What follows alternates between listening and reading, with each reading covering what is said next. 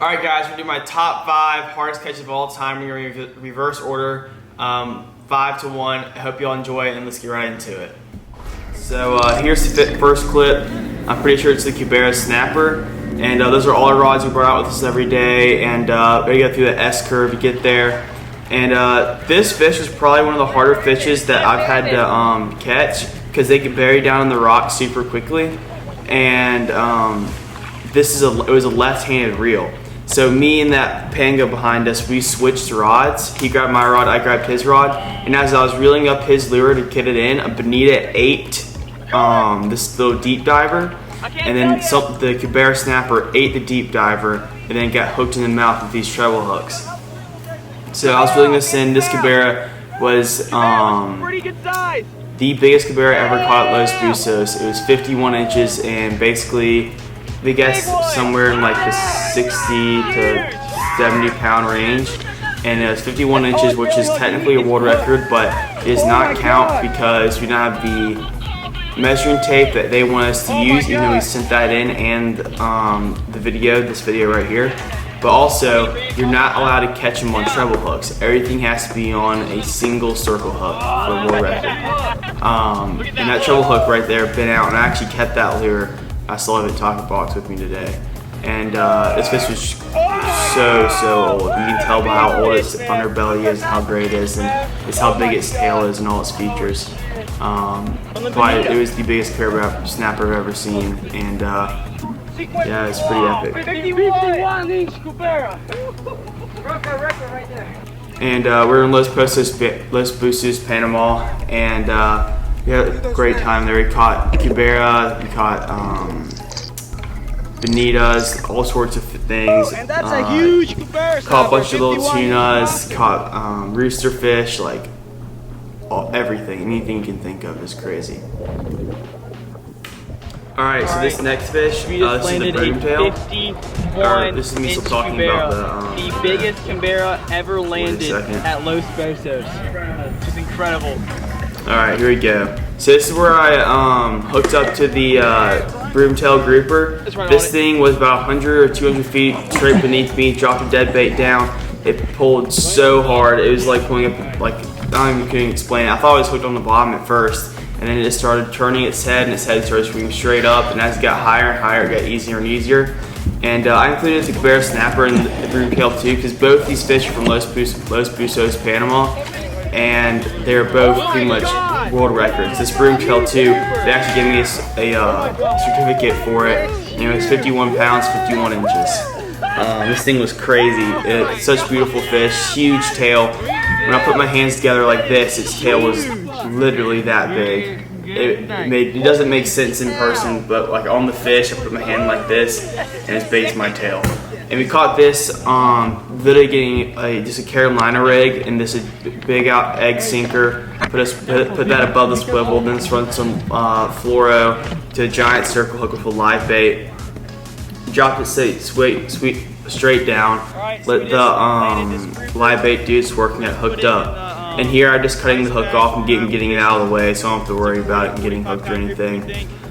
Getting hooked out in the kayak is always a big problem out there. You don't want to have to deal with that and paddle all the way back in. It hurts a little bit.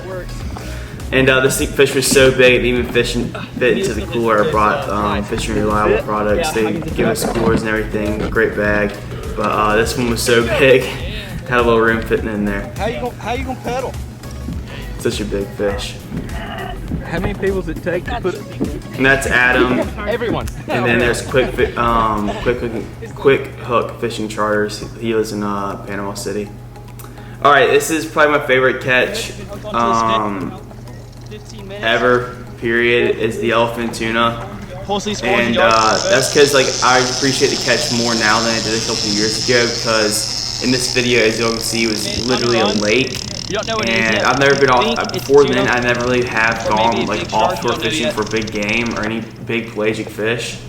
And I didn't realize like how crazy it was with these two tuna I caught. And I think I include the 180. So I caught a 180 pound tuna and I fought it for 2.5 hours, almost 3. And my back was so sore because what I did is I wore a harness and I put it behind me, and that was the only fish I ever did that, and never will do that again. All the other fish, I just hold the rod with my hands, so it's kind of dangerous to do that. And so after an hour, we brought this fish up with its tail to us because it was tail wrapped. My dad missed it twice, and it went straight back down. We fought it for another hour and a half, making it to a 2-hour-and-a-half fight. And this is right when we gaff it. Our captain couldn't believe it. All the people on the radios were talking about it. And on the water, it's kind of funny. You can see us being dragged along and just being towed around. And Grant got on the boat right there, and then it was a pretty amazing moment. Great time. And now we went back there a couple weeks ago, and the water was just so much choppier. It was a lot harder to try to get a kayak out there. And everything worked out well too. We never got crossed any of the other captain's lines, never in the way. So it was pretty nice. Alright, so this is the Marlin trip. This also too is one of my favorite catches. This and the Yellowfin is definitely a toss-up. And so this Marlin, we had to go out for basically 12 hours with 5 or 6 outdoors, Jesse and Micah. Those guys were a huge help to us. They brought out kayaks for us, met us all the way down in Golfito. And we basically went out there, put a bonito on, got in this huge fad. And these fads are like huge artificial reefs in the middle of the ocean, in the middle of nowhere. The water is so blue. You don't see any boats that takes you 12 hours going out there if you're going 10 knots per hour or whatever it is.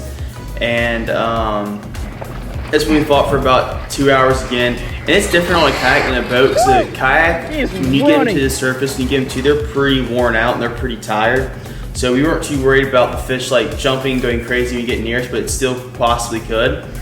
And this fish was, it was hard for this point that I had to put the rod up and then I had to cane it to them, or I had to hold it. It was just super awkward out in the water. It was also kind of choppy, as you can tell.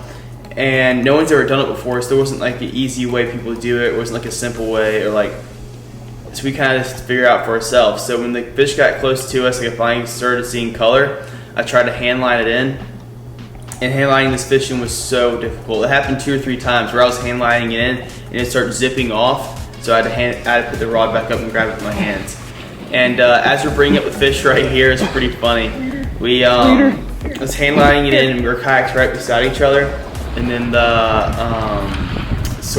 Marlin came up on the other side and started pointing its nose at Jesse and Micah. And started freaking out. And right here, I got some really cool shots from this. I have that photo on my phone too. It's one of my favorite photos. I'm holding the bill of the fish and we're all screaming and yelling. And this fish was only beside my boat for a minute and a half. And I just started moving with the boat and I threw its bill down. And as you see, all its colors started lighting up, started swimming away. So I was pretty happy with that. Alright, after this one is my this one was definitely the most grueling. Usually when I have catching fish and getting them, it's usually a lot of fun and I enjoy it. Like this tarpon on the kayak was just brutal. It was kind of slightly windy, and this thing, we did this sitting with the rod bent, putting tension on it, and kind of just sat and just watched it just swim for like 3 hours, and we couldn't do anything. I mean, the fish was like a 250-pound fish, and it was a big tarpon, so you couldn't really horse him up. I mean, literally had no leverage on it, couldn't get it to move up, nothing. It just sat there. And being battered into the wind, this fish was going straight into the wind. It kept going off and hitting the shore and bouncing up. And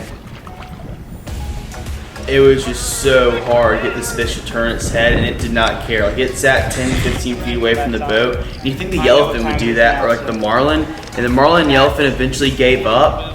And it got so hard to reel this fish in, I literally turned the reel upside down and just started cranking it. I didn't know what else to do.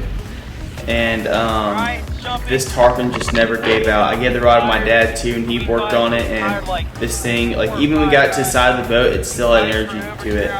And if I ever go for tarpon again, I am 100% doing on the boat. And I'll do it with the fly rod. I'll do it with anything else. I just don't know how people catch them all the time with kayaks. So I caught one, and I was looking up to land it and catch it. But like, look, right, we got this thing close to the boat, and this is after an hour and a half or almost 2 hours of fighting it. It was still just moving. There we go. Then I got my hand on it, and then it came off again. Like, that was crazy. So there it is. Like, even when it's boat side, it's kind of relaxing right now, but like, I mean, it had power to it. So it was a little circle hook sardine. We saw him schooling up, swimming by us, and I just threw a sardine to it and hooked up to it. I'm Colby Blackwell. And that's what I do with a lot of my fish. I try to pull them up and like say my name, do a shot with it, and a lot of behind the scenes stuff. So like, I'll do all this with videoing, and then I'll post a picture on my Instagram. You'll see the fish. Got the kayak. Still a bunch of bait, but it was pretty much the whole day. The whole entire trip was one tarpon, we're done, let's get home and take a nap.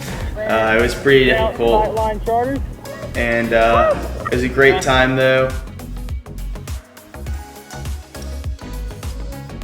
And that's the whole video. I hope y'all enjoyed my top 5 hardest catches. I loved every single one of these. Are probably actually my top 5 favorite catches too. There's a couple others, but definitely these top 5 are really, really good fish. And I hope you all enjoyed the video. Like, comment, subscribe, and I'll see y'all next time.